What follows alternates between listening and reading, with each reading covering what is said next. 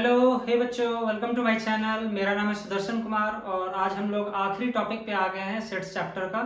NCERT का sets chapter हमने 8-10 video पहले स्टार्ट किया था और एक एक करके सारे क्वेश्चन सॉल्व किए थे हम लोगों ने। फिर हमने क्या किया था कि कुछ कुछ थ्योरीज पढ़ी थी और कुछ अच्छे क्वेश्चन भी सॉल्व किए थे मिसलेनियस एक्सरसाइजेस के। चलिए अब आज लास्ट वीडियो बनाते हैं हम लोग सेट्स पे और मिसलेनियस एक्सरसाइज जो है चैप्टर 1 पे एनसीईआरटी में उसको खत्म करते हैं। चलिए देखते हैं हम लोग करेंगे miscellaneous exercise on chapter 1 miscellaneous exercise chapter 1 NCERT class 11th। चलिए हमने पिछले वीडियो में क्या किया था, हमने क्वेश्चन नंबर 1 और 2 सॉल्व कर लिया था। क्वेश्चन नंबर 3 से इसमें लिखते हैं, ठीक है। चलिए क्वेश्चन नंबर 3 क्या कहता है वो देखते हैं। क्वेश्चन 3 कह रहा है कि let A B and C be three sets such that A union B equals to A union C and A intersection B equals to A intersection C so that B equals to C. Question काफी simple सा है, ठीक है। हमें दो condition दिया है। पहला कंडीशन है क्या, A union B equals to A union C, ठीक है। एक फर्स्ट कंडीशन दिया हमें और दूसरा कंडीशन है क्या, A intersection B equals to A intersection C. ये दो कंडीशन दिया हमें, ठीक। मतलब क्या कह रहा है कि कोई तीन सेट है ए बी और सी, उसमें से ए और बी के बीच में और ए और सी के बीच में ये दो रिलेशन है। ये दो रिलेशन क्या कह रहा है कि दोनों का यूनियन और दोनों का इंटरसेक्शन दोनों बराबर है। अब हमें क्या कहना है कि ये जो बी और सी जो सेट है यहाँ और यहाँ पर जो सेट है ये दोनों बराबर है या नहीं। हमें टू प्रूव क्या करना है, टू प्रूव, ये गिवन में आएगा। टू प्रूव करना है क्या हमें, b इक्वल्स टू सी है या नहीं। चलिए प्रूफ देखते हैं इसका। ऐसे केसेस में क्या करते हैं प्रूफ करने के लिए, कोई एक एलिमेंट ले लेते हैं जो किसी एक सेट लेट से b में लाई करता है और फिर दिखाएंगे कि b इक्वल्स टू सी के लिए वो एलिमेंट c में भी लाई कर रहा होगा। और अगर कोई दो सेट अगर इक्वल है, मतलब क्या हम इसको सिंपलाइज लिख सकते हैं क्या कि b is subset of c and C is subset of B। दोनों कंडीशन अगर सेटिस्फाई हो, अगर B का सारा एलिमेंट C में है और C का सारा एलिमेंट B में है, मतलब क्या कि B का सारा एलिमेंट C में है, तो हम लोग B इक्वल्स टू C लिख सकते हैं। तो चलिए इसी चीज को प्रूफ करने के लिए लेट B एक एलिमेंट है जो B में बिलोंग कर रहा है। स्मॉल b जो है वो एक एलिमेंट है, जो कैपिटल B जो है वो एक सेट है। तो स्मॉल b एक एलिमेंट B में लाई कर रहा है। अगर हम प्रूव कर दे किसी तरीके से कि B सबसेट ऑफ C और C सबसेट ऑफ B है, तो ये प्रूव हो जाएगा अपने आप B इक्वल्स टू C। तो चलिए देखिए क्या करते हैं इसमें कि b एक एलिमेंट b है, तो ठीक है। अगर स्मॉल b सेट b के अंदर लाई कर रहा है, मतलब क्या हम लोग ये भी लिख सकते हैं क्या, देखिए तो b lie under a union b, ये लिख सकते हैं क्या, है ना। a यूनियन b में भी लाई कर रहा होगा। क्यों, क्योंकि देखिए यहां पर छोटा सा,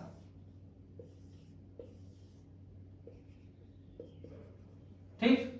तो कोई एक एलिमेंट b है जो यहां पे लाई कर रहा है और हमें अगर b यहां पे लाई कर रहा है तो a यूनियन b में भी आएगा। लेकिन मान लेते हैं कि ये b जो है ना यहां पे लाई नहीं कर रहा है, इस जगह लाई कर रहा है, ठीक है। तो भी a यूनियन b के अंदर ये वाला एलिमेंट तो आएगा ही आएगा ना। तो हम लोग ऐसे लिख सकते हैं, ठीक।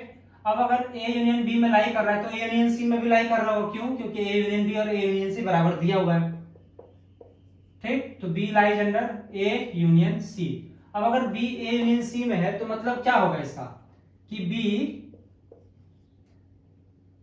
आइदर ए में बिलोंग कर रहा है या बी सी में बिलोंग कर रहा है, कहीं पे भी हो सकता है। अभी तो हमें पता नहीं कहां पे लाई कर रहा है ना। तो अभी के लिए मान लेते हैं कि बी या तो ए में है या बी या तो सी में है। इसको एक कंडीशन नंबर 1 मानकर चलते हैं, ठीक। अब देखते हैं केस 1 में, दो केस है ना यहाँ पे, बी ए में है बी सी में है। हम दोनों केस एक करके देखते हैं। लेट बी बिलोंग्स टू ए। अभी आप ध्यान दीजिए, हमें पहले से हम अज्यूम करके चल रहे हैं कि बी कैपिटल बी में, अब हमें यहां से पता चल रहा है कि बी ए में भी हो सकता है। तो अगर बी ए में हो सकता है मतलब क्या कि हम ये लिख सकते हैं क्या, बी अगर ए में है मतलब एंड, यहां पर हम लोग बी में भी था एंड, पहले हम लोग एज्यूम कर लिए थे कि बी में भी है ना। तो ए में भी लाई कर रहा है, बी में भी लाई कर रहा है, मतलब क्या हम लिख सकते हैं क्या कि बी जो है ए इंटरसेक्शन बी वाले रीजन में है ना। अगर ये बी है, ये ए है, मतलब ये ए है, ये बी है, तो स्मॉल बी जो है ए में भी लाई कर रहा है और बी जो है बी में भी लाई कर रहा है, मतलब क्या इस रीजन में लाई कर रहा होगा तभी ना हो सकता है ये चीज कि ए में भी और बी में भी, क्योंकि ये वाला एरिया ए के अंदर भी आता है और बी के अंदर भी आता है ना। तो बी जो है ए इंटरसेक्शन बी में लाई कर रहा होगा। अब अगर बी ए इंटरसेक्शन बी में लाई कर रहा है तो क्या इसे क्या हो जाएगा, हमें बी जो है ए इंटरसेक्शन सी में भी लाई कर रहा होगा। क्यों क्यों कर रहा होगा ऐसा, क्योंकि ए इंटरसेक्शन बी और ए इंटरसेक्शन सी बराबर है ना। अब अगर बी जो है ए इंटरसेक्शन सी में लाई कर रहा है, मतलब क्या कि हम श्योर हैं कि बी जो है वो सी में भी लाई कर रहा है ना। ए में भी कर रहा है बट सी में भी कर रहा है, इसके लिए तो हम श्योर हैं क्योंकि ए इंटरसेक्शन सी में सी भी आता है। तो मतलब क्या कि हम यहाँ पे पहले लेकर चल रहे थे कि बी जो है बी में आ रहा है, अब हमें पता चल रहा है कि बी जो है सी में भी आ रहा है, मतलब हम लिख सकते हैं क्या इस चीज को कि B is a subset of C, हो जाएगा कि नहीं। अब यहाँ पर तो हमें पता चल ही रहा है ना कि बी में भी था, अब यहाँ हमें पता चल गया सी में भी है, मतलब बी का सारा एलिमेंट सी में भी आ रहा है ना। तो ये एक पार्ट तो हम प्रूव कर दिए, ये वाला पार्ट प्रूव कर दिया। अब दूसरा केस लेके चलते हैं, केस 2। ये केस 2 जो है ना ये काफी आसान होने वाला है। केस 2 में हम क्या अज्यूम कर रहे हैं कि लेट बी जो है वो सी में लाई कर रहा है, और हम पहले ही अज्यूम कर लेते कि बी जो है वो बी में भी लाई कर रहा है ना। तो मतलब क्या कि C is a subset of B, ये तो यही प्रूफ हो गया ना। क्यों, क्योंकि सी का सारा एलिमेंट बी में भी है कि नहीं। ठीक है, तो अगर हम B is a subset of C और C is a subset of B prove कर पा रहे, मतलब क्या कि from 1 and 2, from case 1 and 2 हम लोग लिख सकते हैं क्या कि B इज इक्वल टू सी, है ना। ये तो इजीली लिख सकते हैं हम लोग। इस क्वेश्चन में क्या समझने वाला बात था कि हमें दो कंडीशन दिया है, A यूनियन B और A union C, union of two sets बराबर दिया है, इंटरसेक्शन ऑफ टू सेट्स भी बराबर दिया है। जो B और C है ना, बोल रहा है कि उसको इक्वल दिखाना था। अब इक्वल दिखाने के लिए क्या कर रहे हैं हम लोग कि आइदर B C का सबसेट है और C B का भी सबसेट है, मतलब क्या दोनों का सारा एलिमेंट बराबर है। हमें बस यही प्रूफ करना था। हम लोगों ने क्या किया इस चीज में, हम लोगों ने स्टार्ट किया कि एक एलिमेंट बी में लाई कर रहा है। अब अगर वो बी में लाई कर रहा है, अब हम दिखा पाए कि अगर बी में लाई कर रहा है तो बी का सारा एलिमेंट सी में, और सी में लाई कर रहा है तो उसका सारा एलिमेंट बी में है, तो इससे करने से प्रूव हो जाएगा। अब हम क्या करेंगे कि अगर बी में लाई कर रहा है तो ये दोनों प्रॉपर्टी जो दिया है उन दोनों को यूज करके किसी तरह दिखाएंगे कि अगर बी में लाई कर रहा है तो सी में भी लाई कर रहा है, और सी में लाई कर रहा है तो बी में भी लाई कर रहा है। ये दोनों चीज दिखा दी तो मतलब प्रूव हो गया बी इक्वल्स टू सी, है ना। काफी आसान क्वेश्चन था। इस तरह के क्वेश्चंस बनाने के लिए ना प्रैक्टिस करना होगा। आप अचानक से नहीं सोचोगे कि आपको ये चीज अचानक से चमक जाएगा। आपको चमकाना है अगर इस चीज को तो धीरे धीरे आएगा। इस तरह के क्वेश्चंस प्रैक्टिस कीजिए, अपने आप आपको समझ में आने लग जाएगा। चलिए अगला क्वेश्चन देखते हैं हम लोग।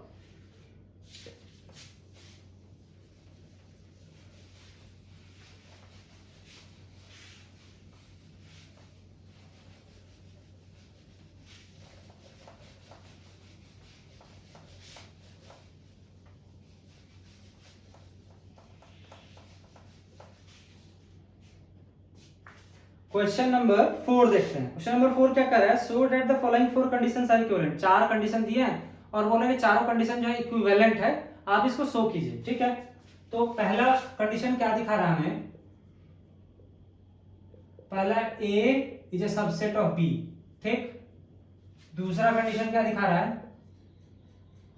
A minus B is equal to 5। तीसरा कंडीशन है हमारे पास A union B is equal to B, और चौथा कंडीशन जो है हमारे पास वो A intersection B is equal to A है।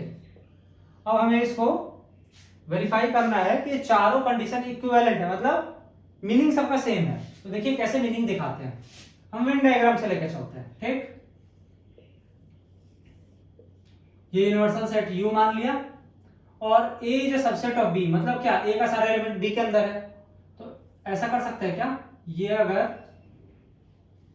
B है और इसके अंदर अगर A आ जाए तो मतलब क्या A का सारा एलिमेंट B के अंदर है। तो इस कंडीशन को दिखाने के लिए ऐसे दिखा सकते हैं। ठीक, इसके लिए चलते हैं। देखिए तो A माइनस बी जो है वो 5 होगा, तो अगर हम इसको B बना देते हैं और A का सारा एलिमेंट हटा दें ये इसको ए मान रहे हैं हम। देखिए तो ए में से सारा एलिमेंट जो बी का प्रेजेंट है वो माइनस कर दे, तो बी का सारा एलिमेंट तो इसमें प्रेजेंट है ना, तो ए में से अगर बी हटा देंगे तो कुछ बचेगा? कुछ भी नहीं बचेगा, है ना। क्यों? क्योंकि बी के अंदर ही ए है, तो ए में से अगर बी का सारा पार्ट हटा दोगे तो सारा कुछ हट गया, कुछ बचा ही नहीं ए का, तो जी 5 बच जाएगा। ठीक है। तो और एक चीज और आप ध्यान दीजिए, ये दोनों वेन डायग्राम एग्जैक्टली सेम है क्या? है ना, दोनों सेम है, तो ये दोनों कंडीशन तो बराबर है। अब थर्ड कंडीशन देखते हैं कि ए यूनियन बी बी के बराबर आता है या नहीं।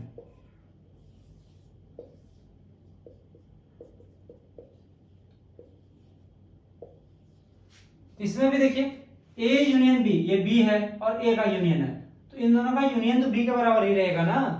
क्यों? क्योंकि ए जो है वो बी के अंदर आ रहा है, तो ए यूनियन बी बी के बराबर होगा, ये भी सही हो गया। अब इस फोर्थ कंडीशन को भी यहीं से देखते हैं, ए इंटरसेक्शन बी। अब ए और बी में क्या कॉमन है? यही वाला पार्ट कॉमन है, ध्यान दीजिए जो मैंने सेट किया है ना, तो ए इंटरसेक्शन बी ए के बराबर है, तो ये फोर्थ वाला पार्ट भी यहीं से दिख जा रहा है। तो मतलब क्या, ये चारों कंडीशन सारे बराबर है। अगर चारों बराबर है तो चारों इक्विवेलेंट हो गया ना। ठीक है, तो इन चारों कंडीशन को दिखाने के लिए हमें सिर्फ एक वेन डायग्राम बनाना था, उसी से पता चल जाता कि चारों इक्विवेलेंट है। चलिए क्वेश्चन नंबर 4 तो इजीली सॉल्व हो गया। क्वेश्चन नंबर 5 देखते हैं। 5 शायद से ट्रिकी है। 5 के लिए क्या कह रहा है कि हमें बताना है कि A is a subset of B. अगर ए बी का सबसेट है तब हमें बताना है कि C minus B is a subset of C minus A also. चलिए इसको देखते हैं। क्वेश्चन नंबर 5 में काफी इंटरेस्टिंग क्वेश्चन है कि गिवन है हमारा A is a subset of B. To prove क्या करना है हमें? प्रूव करना हमें C minus B is a subset of C minus A. आप ध्यान दीजिए कि ए और बी दो सेट है और ए बी का सबसेट है, तो यही वाला डायग्राम है क्या?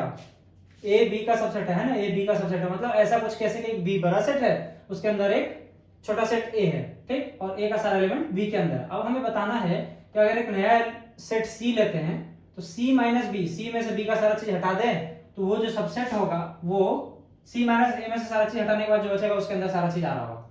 ठीक है, चलिए इसको प्रूव करने के लिए क्या करते हैं, लेट एक एलिमेंट एक्स ले लेते हैं जो सी माइनस बी में लाई कर रहा होगा। चलेगा क्या? अब अगर C माइनस बी में लाई कर रहा है, अब ध्यान दीजिए C माइनस बी क्या होगा। यहाँ एक सेट C है, यहाँ सेट B है, यहाँ सेट C है, यहाँ सेट B है, कि यूनिवर्सल सेट U ले ले रहे हैं।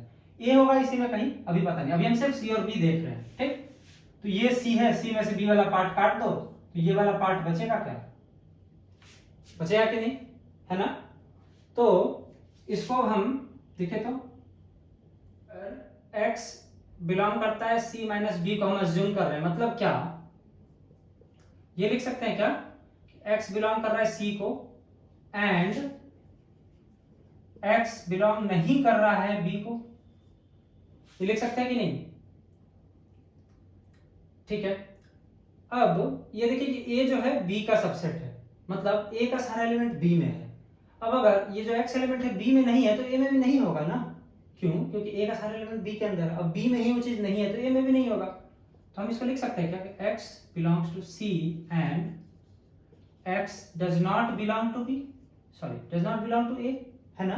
क्यों? क्योंकि A का सारा एलिमेंट B में है, ठीक, और B में ही ये चीज प्रेजेंट नहीं है तो A में भी नहीं होगा प्रेजेंट। अब अगर A में नहीं होगा तो लिख सकते हैं X belongs to C and X does not belong to A। अब देखिए तो X belongs to C and X does not belong to A मतलब क्या, इसको ऐसे लिख सकते हैं कि X belongs to C minus A, है ना। अब देखिए तो बन गया क्या ये क्वेश्चन कि यहाँ पे X C में हम एज्यूम करके क्या चल रहे थे, C माइनस बी में लाई कर रहा है, और हम यहाँ क्या प्रूफ कर लिए कि C माइनस ए में लाई कर रहा है, मतलब क्या कि C माइनस बी जो है C माइनस ए में का सबसेट है ना। तो यहाँ से हम लोग प्रूफ कर सकते हैं क्या कि C माइनस बी जो है वो सबसेट है C माइनस ए का, है ना। ये तो काफी अच्छा क्वेश्चन था, ठीक, ये प्रूव हो गया। क्वेश्चन नंबर 6 में क्या कर रहा है कि so that for any of the sets A and B A equals to A intersection B union A minus B। ठीक है, ये काफी इजी सवाल है। तब ये इजी आपके लिए तब होगा ना जब आपको डी मॉर्गन्स लॉ और दूसरा क्या है डिस्ट्रीब्यूशन लॉ, ये दोनों चीज पता होगा। ठीक, ये दोनों लॉ जो है ना अगले 1-2 क्वेश्चन में हम लोग काफी यूज करेंगे।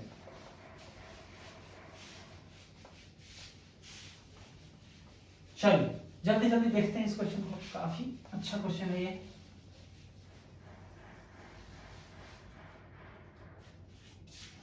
क्वेश्चन नंबर 6 में आ गए हम लोग। क्वेश्चन नंबर 6 का फर्स्ट पार्ट देखते हैं। फर्स्ट पार्ट क्या कह रहा है कि हमें सेट शो करना है A equals to A intersection B union A minus B. ठीक, हम आरएचएस लेकर चलते हैं और उसको एलएचएस के बराबर दिखा देंगे। आरएचएस क्या हमारा A intersection B union A minus B. ठीक, अब देखिए तो ए माइनस बी को ना हम यूनियन और इंटरसेक्शन के फॉर्म में लिखने का कोशिश करेंगे अभी। ठीक है, और देखिए कैसे बन के आएगा अपने आप अभी यहाँ पर ए इंटरसेक्शन बी यूनियन। अब ए माइनस बी को ध्यान दीजिए, ये ए माइनस बी कैसा दिखता है,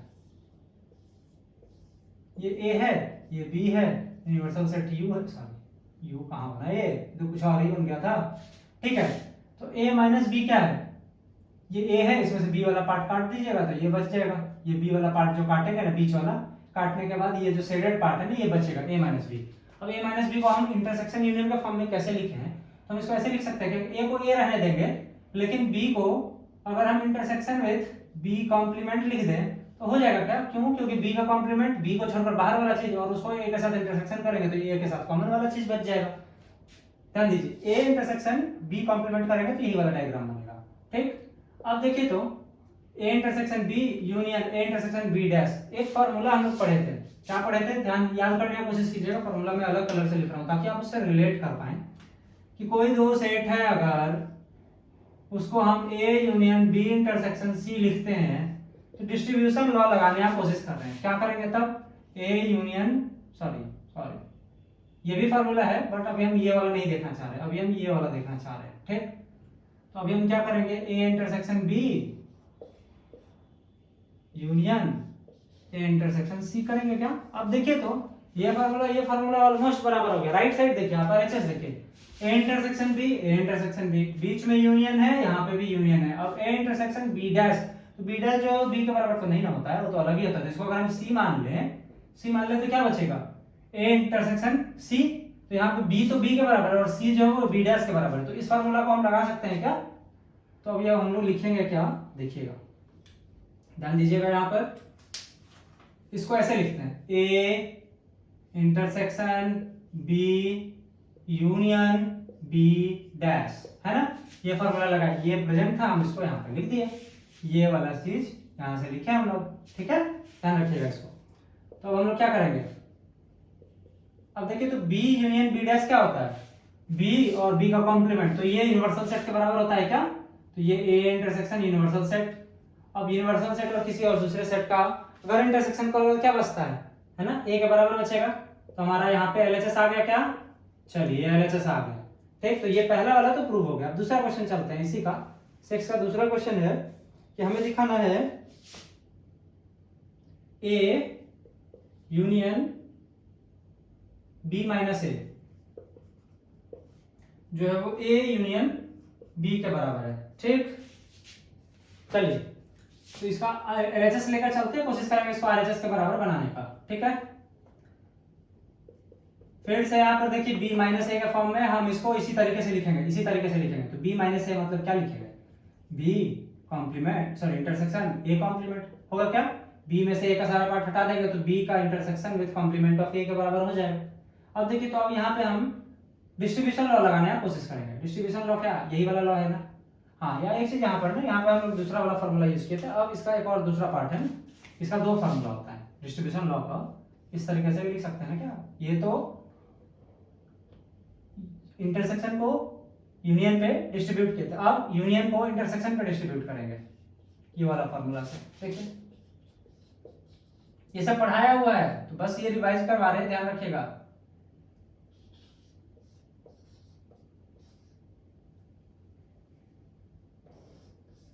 ठीक है, A union B intersection C को करेंगे तो ए यूनियन बी एक बार आएगा, फिर इंटरसेक्शन का साइन, फिर ए यूनियन सी एक बार आएगा। ठीक है, यहाँ पे भी यही चीज करेंगे, इसी चीज को हम लोग आगे बढ़ाते हैं, डिस्ट्रीब्यूशन लॉ से इसको आगे बढ़ाते हैं।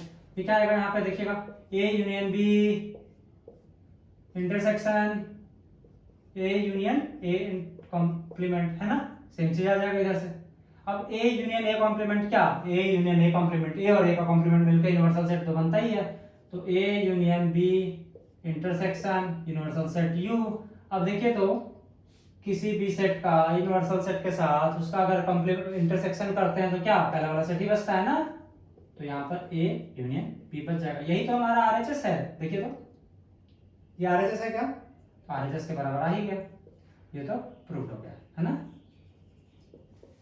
ठीक है, चलिए क्वेश्चन नंबर 6 तो इजीली कर लिया हमने। अब हमें बताना है क्वेश्चन नंबर 7। क्वेश्चन नंबर 7 में क्या कह रहा है कि using the property of set, अब सेट का प्रॉपर्टी यूज करना है और हमें बताना है कि so that A union B का, ए यूनियन बी में बी जो है ए इंटरसेक्शन बी के बराबर और उसको ए के बराबर प्रूफ करना है। ठीक है, दो सिंपल क्वेश्चंस है, उसको प्रूफ करना है हमें। चलिए यहीं पे करें क्या, चलिए इसको हम यहाँ से रब कर रहे हैं और यहीं पे इसको बनाते हैं, काफी आसान क्वेश्चन है। ठीक है, चलो आप एक बाउंड्री बना देते हैं ताकि मिक्स ना हो कुछ भी। कूल, क्वेश्चन नंबर 7 पे चलते हैं हम लोग। 7 में कह रहा है कि हमें प्रॉपर्टी ऑफ सेट यूज करना है और ये चीज प्रूफ करना है। क्या प्रूफ करना है हमें, A union A intersection B equals to A. सोचिए इसको कैसे करेंगे, सीधा सीधा दिख रहा है ना, डिस्ट्रीब्यूशन लॉ यूज करना है ना। डिस्ट्रीब्यूशन लॉ यहाँ पे कौन सा लेगा, हमने गलती से तो रिमूव कर दिया इसको। चलिए यहाँ पे लिख देते हैं आपके लिए ना, फिर से लिख देते हैं यहाँ पे।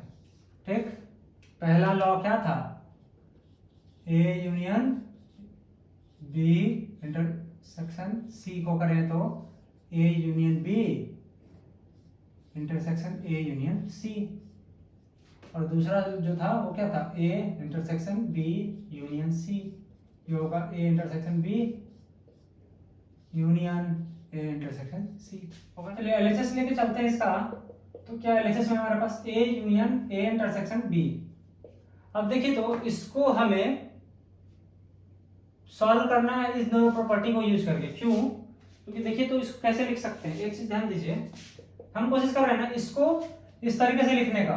ठीक है, फॉर्मूला नंबर 2 आप ध्यान दीजिए कि यूनियन है यहाँ पर, यूनियन है यहाँ पर, और ये जो राइट साइड वाला पार्ट है, राइट साइड वाला पार्ट दिख रहा है, बस अब हमें लेफ्ट वाले साइड को ना लिखने का कोशिश कर रहे हैं। ध्यान देना यहाँ पर ए इंटरसेक्शन, और इंटरसेक्शन के फॉर्म में ही लिखना है। क्यों, क्योंकि इधर इंटरसेक्शन के फॉर्म में। ठीक, ए इंटरसेक्शन, अब किस चीज को ए के साथ इंटरसेक्शन करें ताकि ए के बराबर हो, यूनिवर्सल सेट के साथ करेंगे, है ना। ए यूनिवर्सल सेट के बीच का इंटरसेक्शन करें तो ए के बराबर आता है। आप देखना तो ये फार्मूला एग्जैक्ट मैच कर गया यहाँ से, ए इंटरसेक्शन बी, बी के जगह यूनिवर्सल सेट है, यूनियन ए इंटरसेक्शन बी, यहाँ पे बी सी के बराबर है, तो ऊपर वाला फार्मूला तो एग्जैक्ट मैच कर रहा है। तो हम लोग लेफ्ट ये वाला पार्ट लिख सकते हैं क्या इसकी जगह, तो A intersection universal set you union, और क्या आएगा यहाँ पर बी। अब देखिए तो यूनिवर्सल सेट और बी के बीच का यूनियन क्या आएगा, यूनिवर्सल सेट ही आएगा ना। ठीक है, और सेट ए और यूनिवर्सल सेट के बीच का इंटरसेक्शन ए के बराबर रहेगा। तो देखिए तो आरएचएस के बराबर आ गया, क्या बन गया क्वेश्चन। चलो क्वेश्चन नंबर 2 पे चलते हैं। इसका हमने सिर्फ प्रॉपर्टी यूज किया और इसको सॉल्व कर दिया। अगले क्वेश्चन में भी प्रॉपर्टी यूज करना है। इसको कह रहा है इस बार A intersection A union B को दिखाना है वो ए के बराबर है।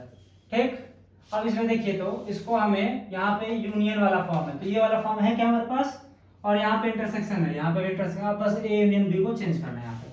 और एलएचएस देखिए, देखते हैं यहाँ पर कैसे करेंगे इसको।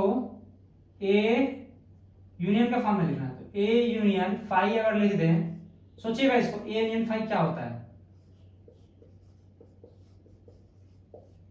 ए और फाई के बीच में क्या होगा, यूनियन करेंगे तो ए ही बचेगा ना, इसलिए ए के बराबर है। ये इंटरसेक्शन ए यूनियन बी यहाँ पे है। अब देखिए तो ये जो फॉर्मूला है, ये फर्स्ट वाला फॉर्मूला के बराबर हो रहा है क्या, राइट साइड का, A union phi A union B intersection A union B A union C. तो इस चीज को हम ऐसे लिख सकते हैं क्या, ए लिखेगा इसको फाई इंटरसेक्शन बी, लिख सकते हैं क्या। अब फाई और बी के बीच का इंटरसेक्शन क्या, कुछ नहीं, और बी के बीच का इंटरसेक्शन कुछ नहीं, तो ए यूनियन फाई। और ए और फाई के बीच का यूनियन क्या होगा, ए ही होगा, और ये हमारा आरएचएस आ गया क्या। अगर जिसको ये प्रॉपर्टी समझ में आ गया, ये दोनों प्रॉपर्टी, देख लो ये 2 लाइन में क्वेश्चन बन गया, पहला स्टेप ये, दूसरा स्टेप ये, उसके बाद तो आंसर ही आ गया हमारा। ठीक है,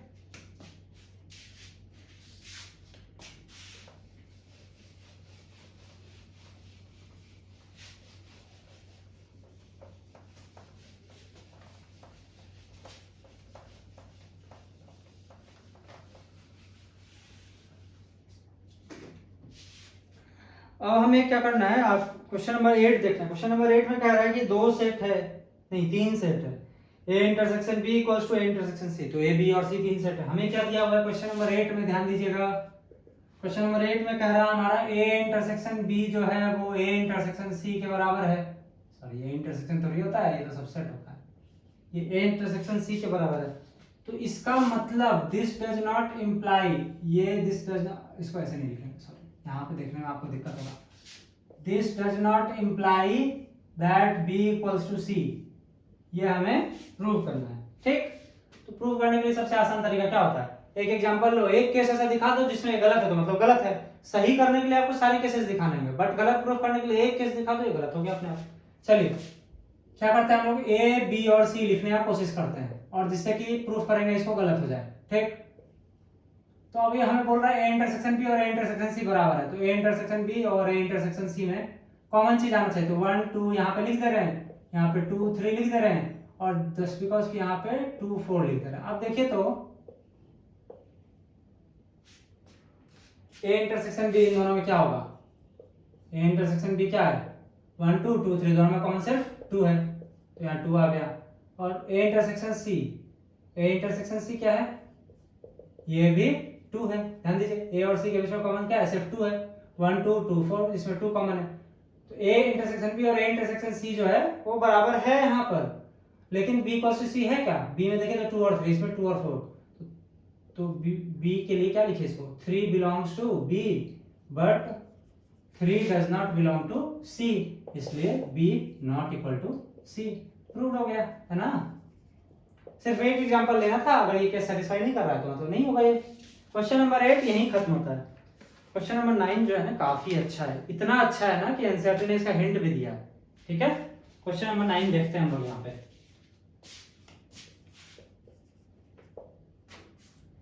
कह रहा है कि let A and B be 2 sets if A intersection x equals to B intersection x equals to 5। मतलब क्या, ए इंटरसेक्शन x और बी इंटरसेक्शन x में कुछ भी कॉमन नहीं है लेकिन दोनों बराबर है।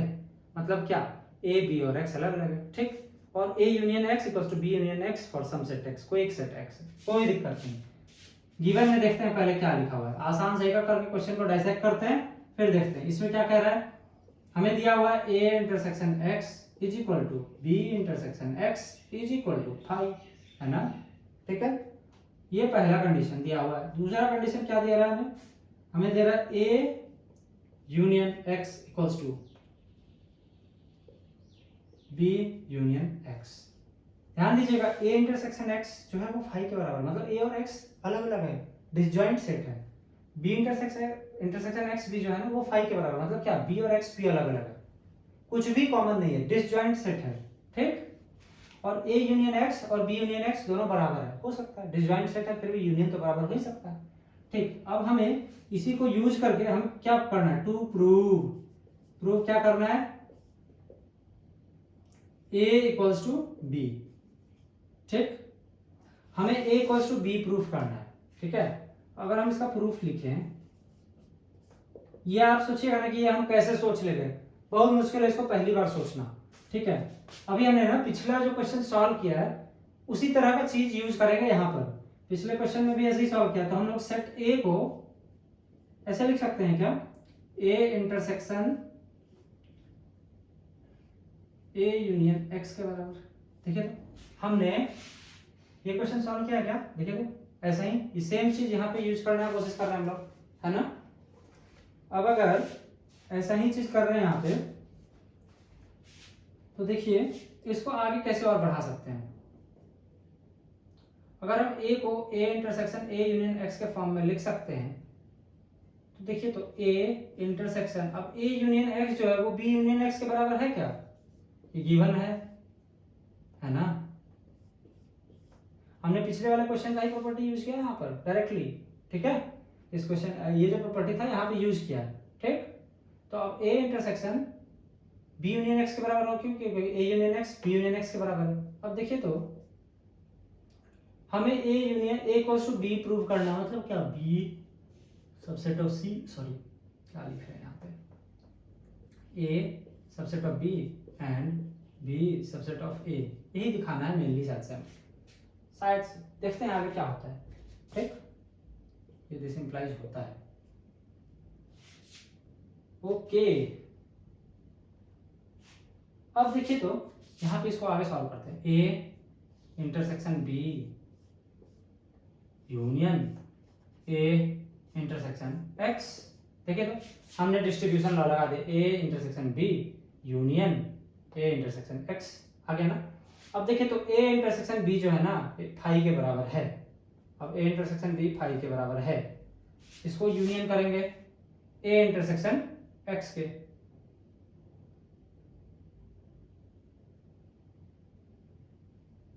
सॉरी ए इंटरसेक्शन बी किसी के बराबर नहीं है, ए इंटरसेक्शन बी ऐसे ही रहेगा, यूनियन इसको करेंगे ए इंटरसेक्शन एक्स के, ये फाई के बराबर है।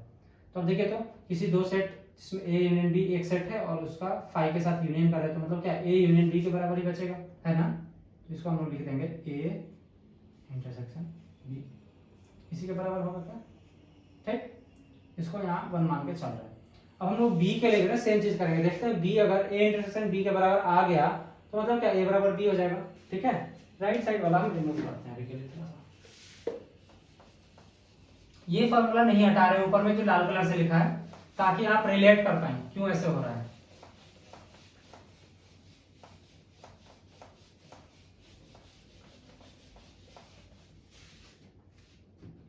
हम लोग जैसे ए को लिखे थे वैसे ही बी को भी लिखेंगे, ठीक है।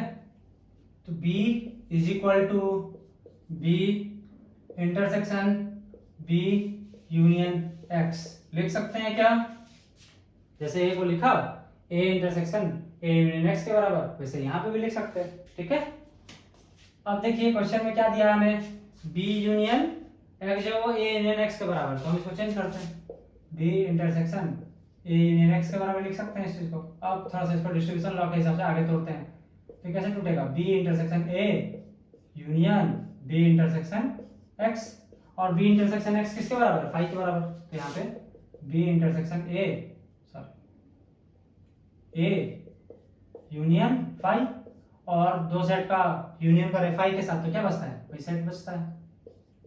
और ये भी पता है आपको कि a union b b union a के बराबर होता है, इसको हम a यूनियन b भी लिख सकते हैं, सॉरी क्या बोल रहे हैं, b इंटरसेक्शन a जो होता है वो a इंटरसेक्शन b के बराबर होता है, ये भी लिख सकते हैं। अब देखिए तो यहाँ पर a जो था a इंटरसेक्शन b के बराबर है, b जो है वो भी a इंटरसेक्शन b के बराबर, मतलब क्या कंक्लूड कर सकते हैं क्या कि इक्वल्स टू b है ना। चलिए ये तो प्रूव हो गया, बहुत मेहनत लग गया इसको करने में तो, है ना। अब आप बोलोगे एग्जाम में हमें कैसे पता चलेगा ये चीज ऐसे लिख सकते हैं, नहीं पता चलेगा अगर आप ऐसा क्वेश्चन बना के नहीं जाओगे तो, है ना। तो इस तरह का क्वेश्चन सॉल्व करना है, ठीक है।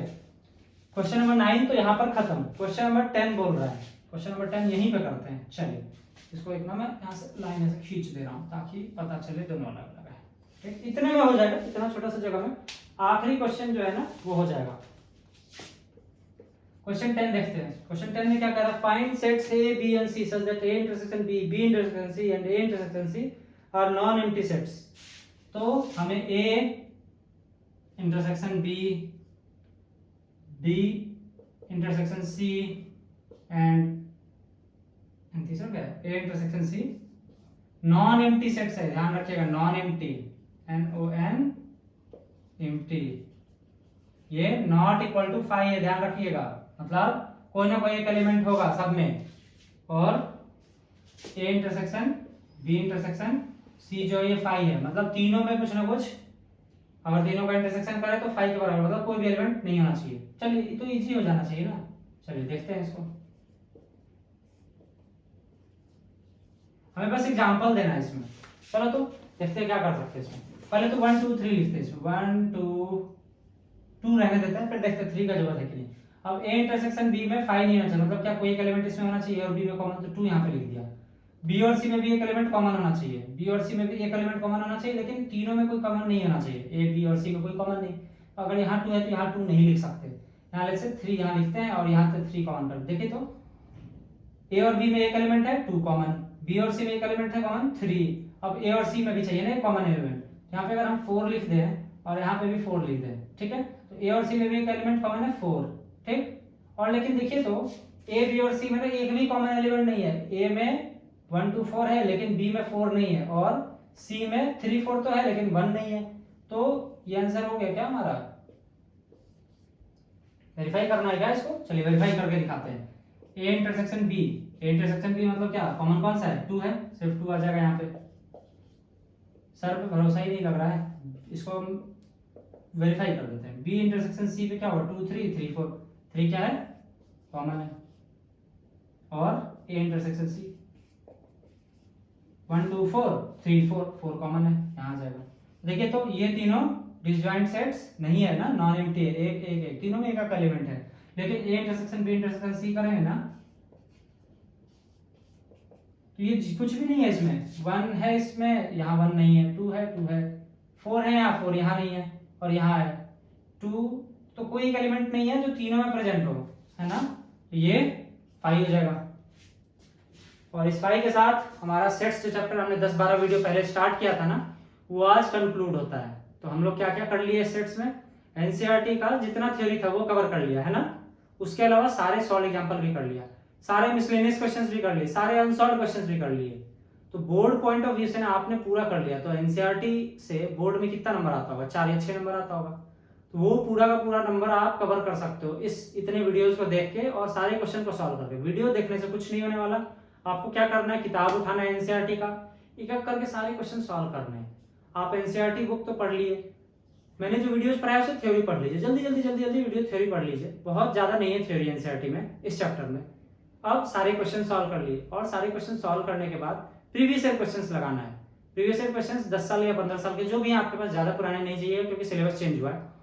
15 साल के क्वेश्चन सारे सॉल्व कीजिए, और आई एम डैम श्योर कि आप सारे क्वेश्चन ओरिजिनल बोर्ड एग्जाम जो आपका 2024 में आ रहा है ना, उसमें सारे क्वेश्चन सॉल्व कर लीजिएगा और एकदम सही सही सॉल्व करके आइएगा।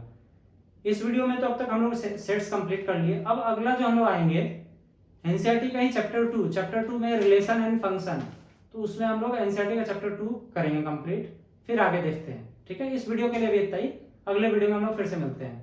Alright, bye bye.